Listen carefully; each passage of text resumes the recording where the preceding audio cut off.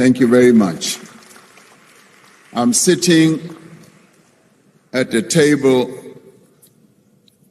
here right in front, and the Deputy President is also sitting at a table. I saw the National Chairperson.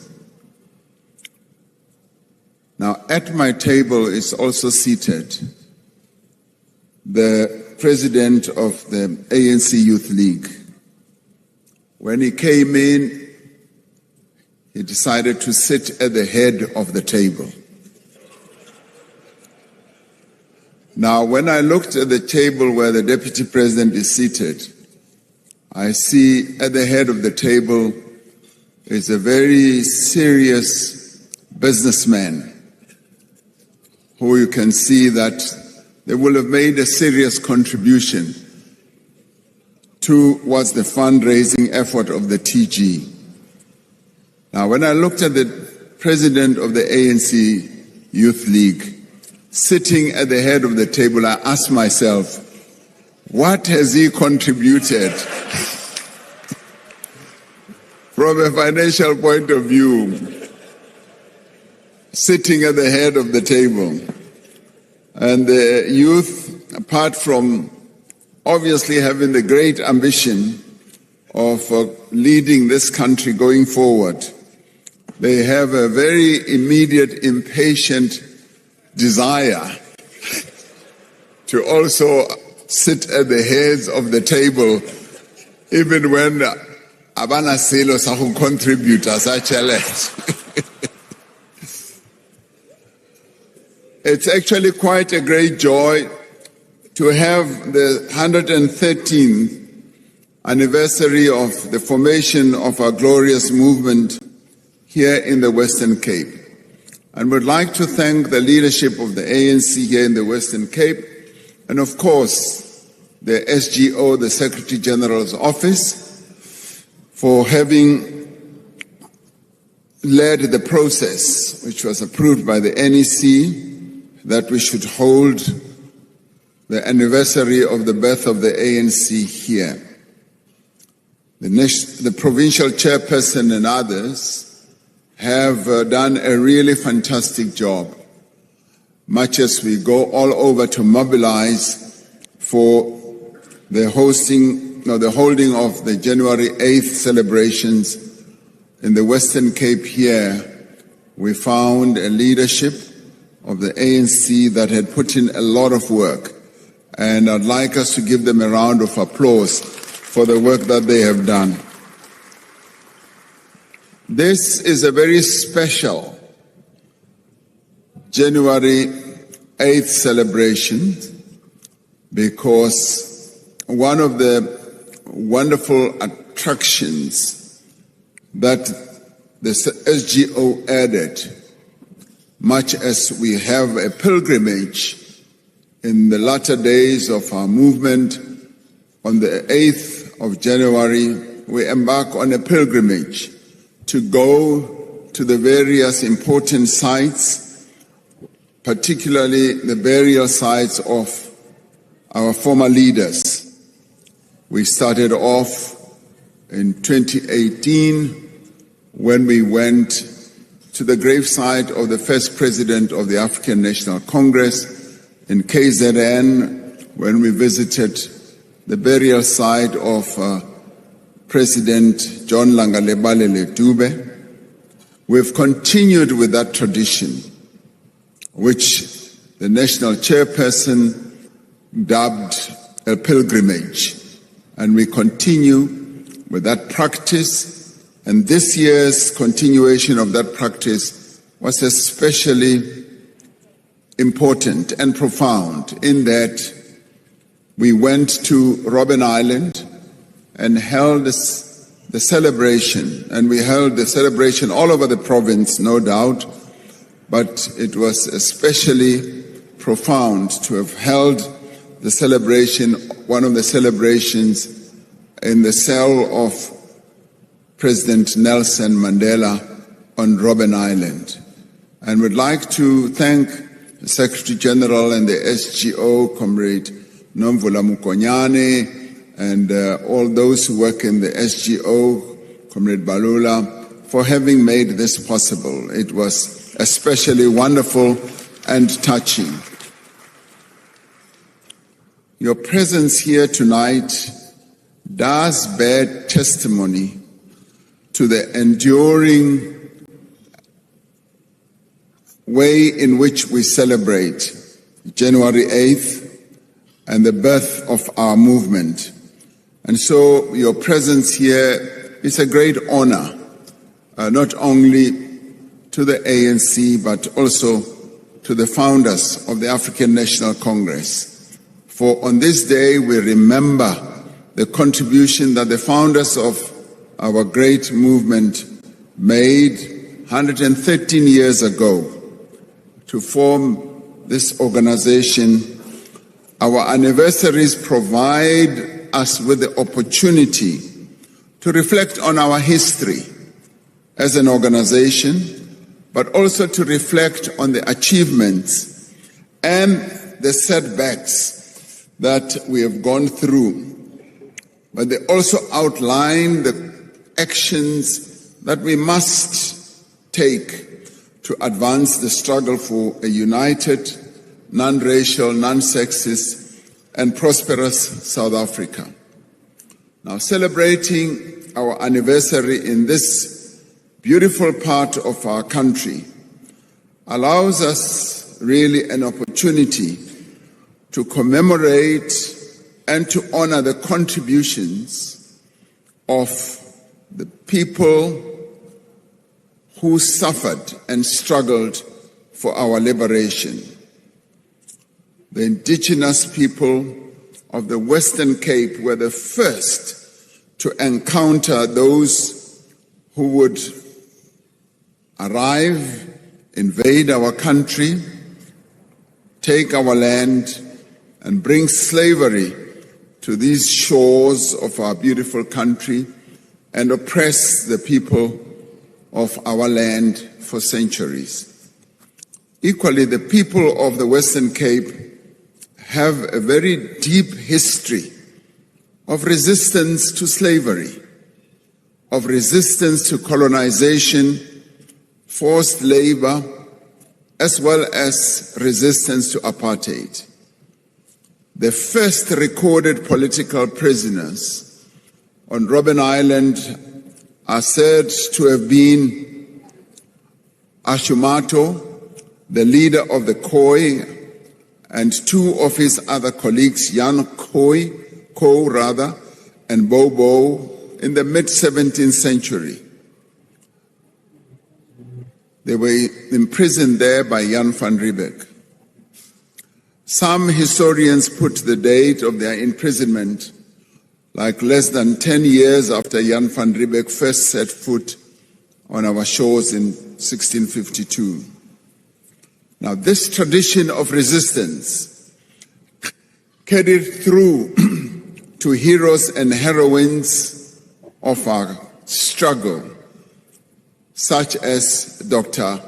Abdul Ram, Sisi Gool, Dora Tamana, Oscar Mpeta, Philip Hosanna, Ray Alexander, Christmas Tinto, Dulcie September, Dalla Omar, Colleen Williams, Ashri Creel, and many others who followed in the tradition of those who started off the struggle against colonialism and apartheid some 340 years ago.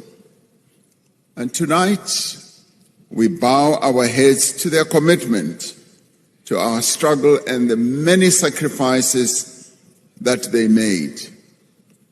We stood in awe in Robben Island as we remembered the sacrifices that were made by people like Nelson Mandela, Walter Sisulu, Wilton Mkwai, and many others.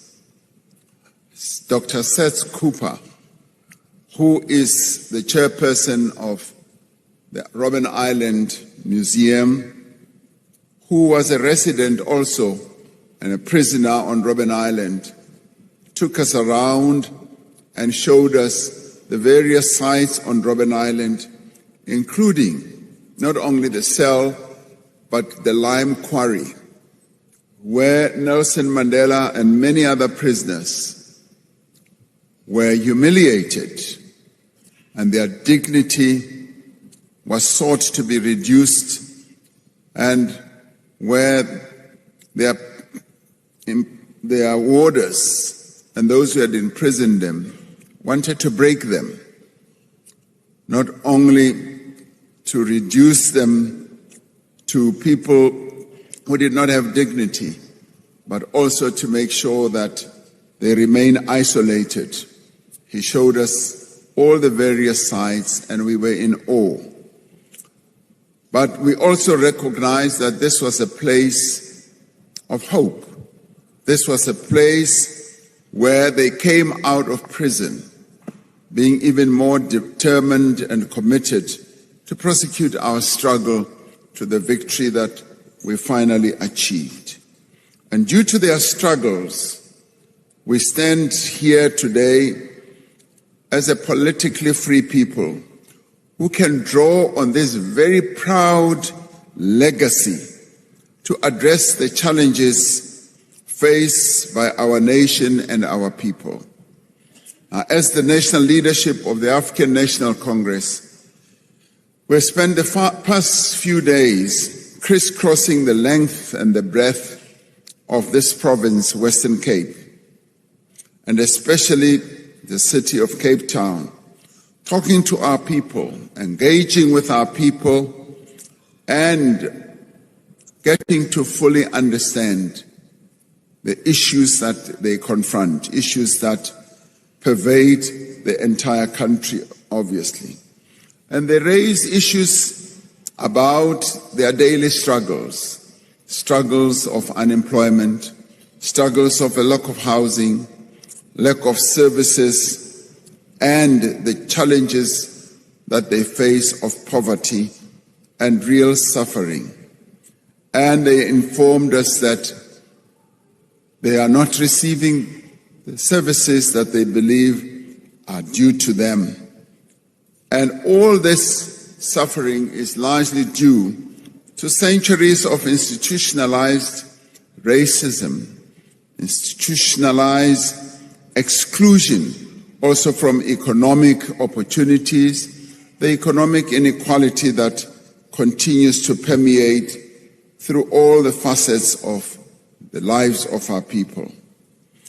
The ANC January 8th statement, which will be delivered tomorrow from the National Executive Committee, will address issues of concern to the people of our country.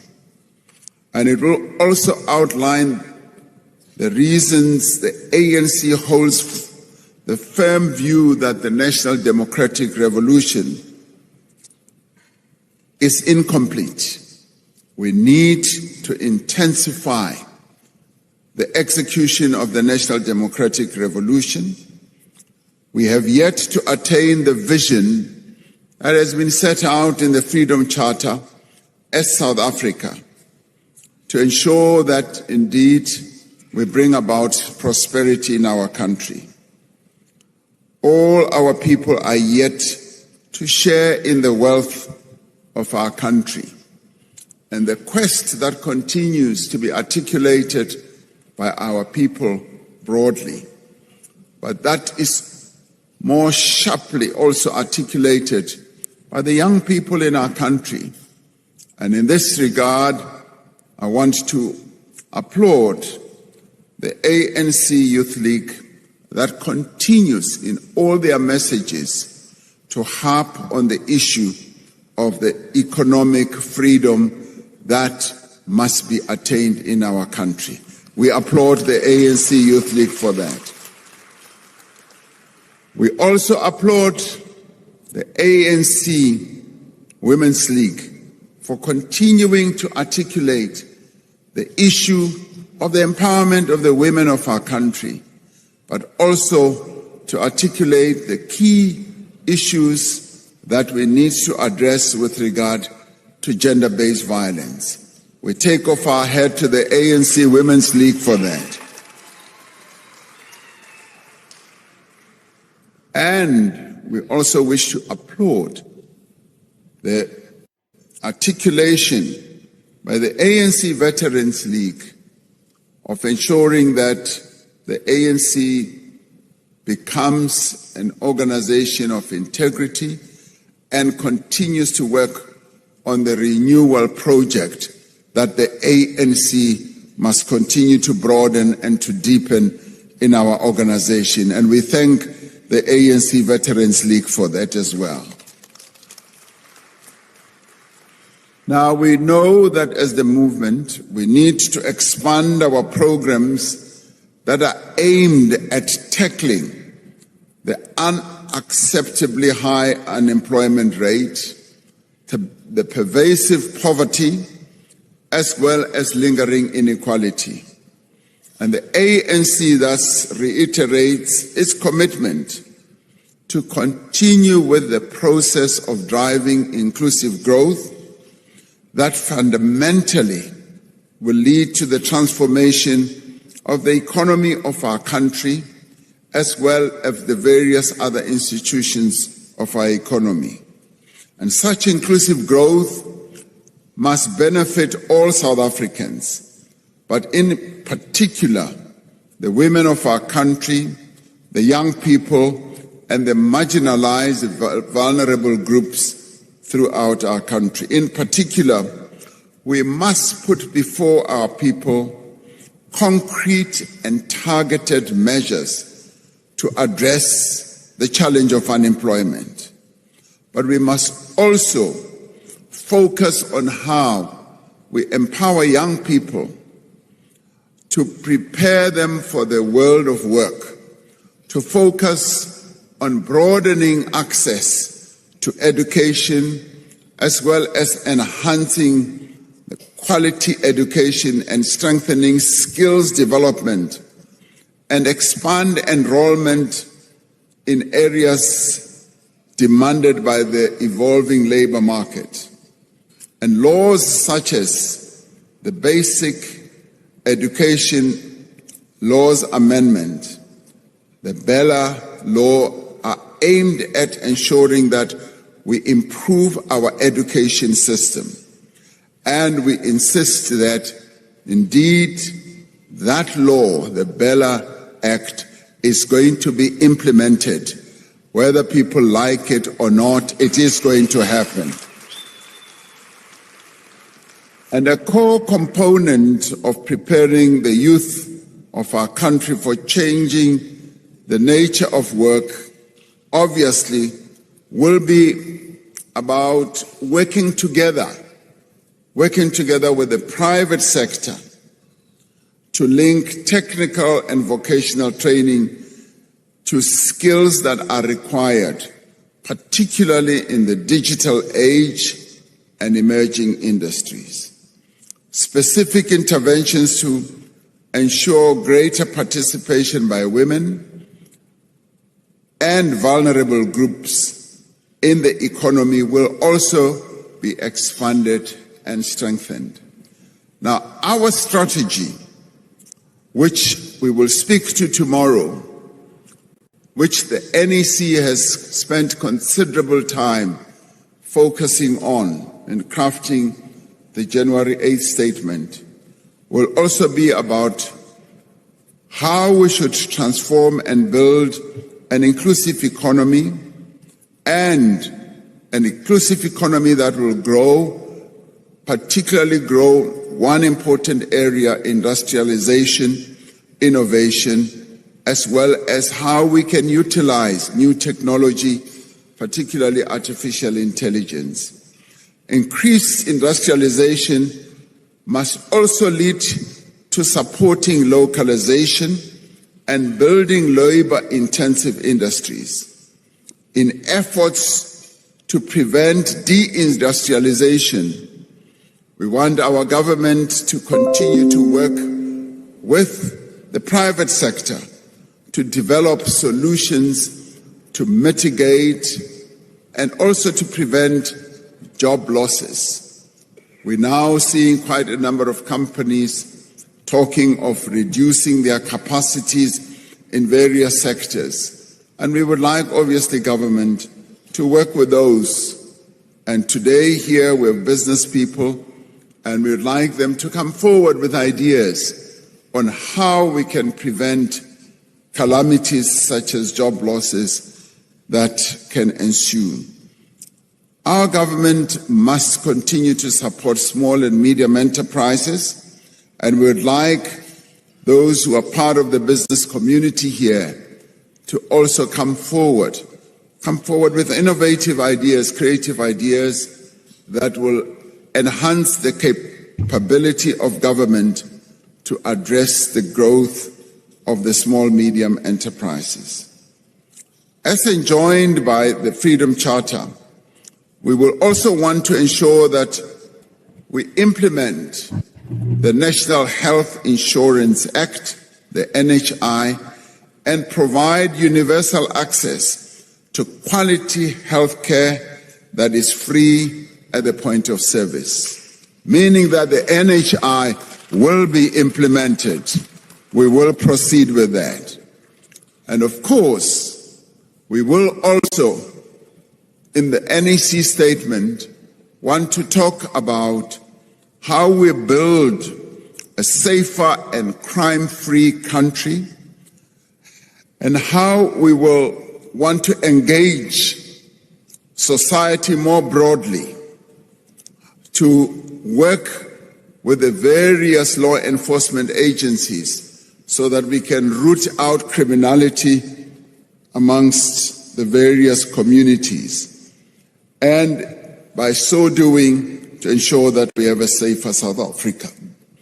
We repeat our call, and this will be made much clearer tomorrow as well, to ANC structures to lead various campaigns in our communities to ensure that the process of protecting our people, the process of ensuring that the ANC continues to be the leader of society becomes realized. And we will also talk to the understanding that we have brought to bear about the painful electoral setback that the African National Congress suffered in 2024.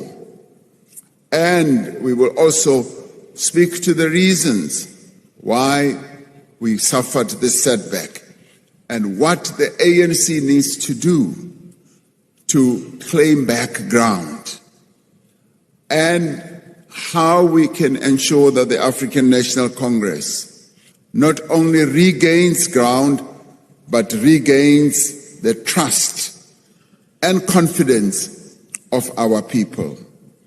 We've always said that the strength of the African National Congress lies in its footprint in every ward throughout the country, whether it's in the urban areas, in the rural areas, in our towns and villages. And even as we have gone around here in the Western Cape, we have seen that the people of our country still have a very strong love affair with the African National Congress. They still love the ANC, and therefore it behoves on us to deepen and broaden the renewal program that we have embarked upon and accelerate the rebuilding and capacitation of the African National Congress, particularly its branches. The ANC as a left and a multi-class pro-poor movement with a working class bias, together with its alliance partners, the South African Communist Party as the vanguard of the working class, the Revolutionary Trade Union Movement, COSATU, and the Civic movement, SANCO, continue to represent the aspirations of millions of South Africa from all walks of life. Working together with the broad democratic movement, we do believe that our revolutionary and living alliance remains best placed to unite the broadest swath of society in our country around the common goals that are represented in the aspirations of our people, and where we can continue as the democratic movement and the alliance to lead our country towards the establishment of a national democratic society. We intend, as we articulate the tasks that lie ahead, to strengthen the alliance so that it can meet the challenges before us.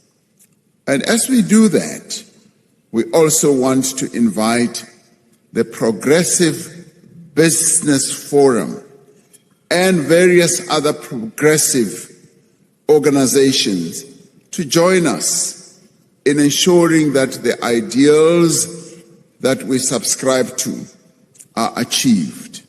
Now, these are the tasks that lie ahead, which the National Executive Committee has decided we should focus on in the year that we have just started. And this we shall do.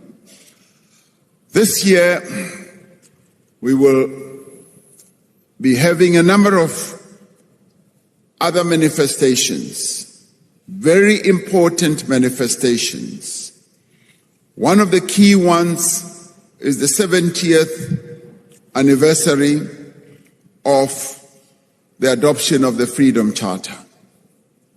We will want to spend time during the course of this year to focus on the key elements of the Freedom Charter, the lodestar document that has inspired our movement, a lodestar document that to a large extent has also led to the transformation that we see in our country. Having been adopted 70 years ago, we will celebrate the adoption of this document, but we will also want to spend time reflecting on the extent to which we have gone ahead to implement the Freedom Charter. This year, another important manifestation which the Treasurer General, Dr. Ramaphosa, also spoke very strongly about is how South Africa will be the first African country to host the G20. This is an important opportunity. It's an important opportunity to place the needs and the interests of the people of our country, but also the interests of our continent, but also importantly, the interests, the developmental interests of the global South, more firmly on the global agenda. Being the small country that we are, of just 60 or so million people, history has bestowed on us an important role to play a very big role in global affairs. And this presidency of the G20 is a presidency that is bestowed on the shoulders of all of us as South Africans. So each one of us is president of the G20. We must make sure that we play that role. As we know, we will be holding meetings of the G20, some 130 meetings. You will have seen last year one important meeting was held in Johannesburg. There will be many other meetings, 120 meetings that will be held in our country, in all our provinces. And we call upon South Africans to own this G20. We call on South Africans to be willing and prepared to welcome the world to South Africa as we play a key and important role. To you here in the Western Cape, there will be a number of meetings, and we say, be excellent hosts. There are many sites where these people who will come to the G20 meeting will be going to. One of those sites, which, as I said, we visited on the 8th of January, was Robben Island. Robben Island is a very special UNESCO site, and it now receives some 300,000 people every year. And we want that number to go up. They receive 1,000 people a day. And many of those people come from South Africa. So we want to popularize Robben Island and many other sites, including places where slaves were held, so that the image, the reputation of our country is put on a much higher pedestal. And this is the great moment that we have as South Africa, as we welcome all these people who will be coming to the G20. One other important aspect of the G20 is going to be holding a social G20 summit. We learned this from Brazil, where President Lula da Silva called or convened a G20 social summit, bringing together non-governmental organizations or social movements from all over the world. And we will want to do precisely that, if not better and bigger, to bring them here to South Africa. Another key manifestation that we are going to have is to hold the national dialogue. We have committed ourselves to a national dialogue this year. The national dialogue offers a comprehensive platform for all citizens of our country to be part of the political process that should ensue, but which should also help to craft a great future for our country, and to ensure that we involve our people in a discussion, in a dialogue about the type of South Africa we want to have. So we will be going on with that national dialogue. Another important one for us as the African National Congress, we will be holding a very important meeting where the ANC members and branches will be coming together to hold the National General Council, and NGC. So all these important manifestations will be taking place in 2025. And as they take place, we want our members, we want the various parts of the alliance, we want our people to get involved in discussions, in engagement, in interaction. And we do also want to put our continent on the map. And we remain resolute in advancing the interests of our continent, particularly Agenda 2063. We are very pleased that even at this dinner, there are people from various countries on our continent who are present here. And as the TG said, we welcome them, and let's give those from various countries on our continent who are here a round of applause and thank them for being here. So we will continue to advance the interests of our continent and the attainment of Agenda 2063.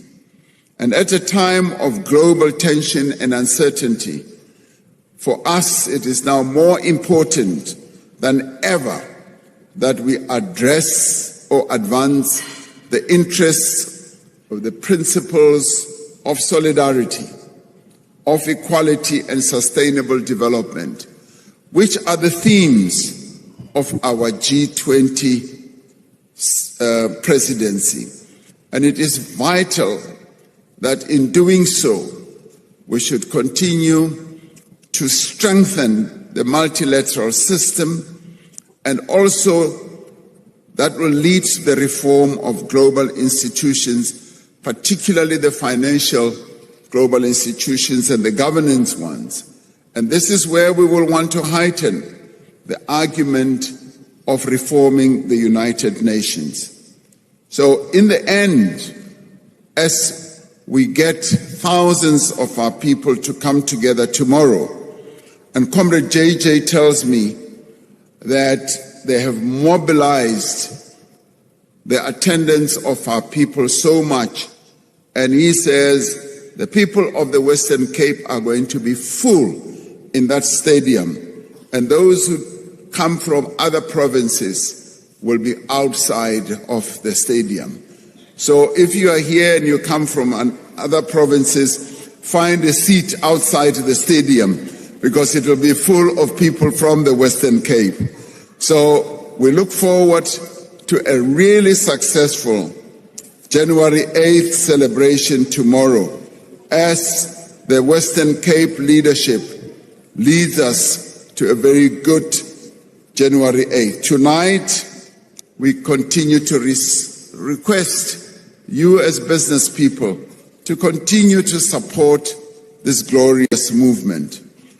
As I was about to come through here, journalists from various TV stations were asking the TG, how much money are you raising at this dinner? And she was very evasive. She didn't want to fully disclose. And they kept on saying, how much is it costing anybody to sit at the Deputy President's table? She didn't disclose. How much is it costing to sit at the President's table? She didn't disclose. I am now able to and willing to disclose, but I'll disclose to those who want to contribute more money to the ANC. So we thank you. We thank you for being here. This for us is an important occasion. We've started a tradition as the ANC, which I now see is being copied by a number of other organizations. We were the very first organization to hold a dinner either before our conference or January 8th. Now we continue to hold it in style. I want to see what they are going to copy. The ANC continues to lead, and the ANC also continues, as we will talk about it tomorrow, to lead the process in the governance of this country. There are those who thought that, yes, the ANC having gone below 50%, it means that it will not continue leading. We lead, and as we work with 9 other political parties, we've ensured that the political stability in our country remains solid.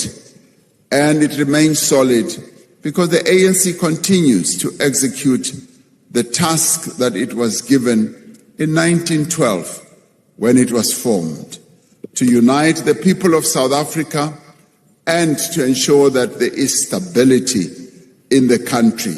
And we will continue to ensure that there is stability in South Africa, even against those who may want to bring about stability.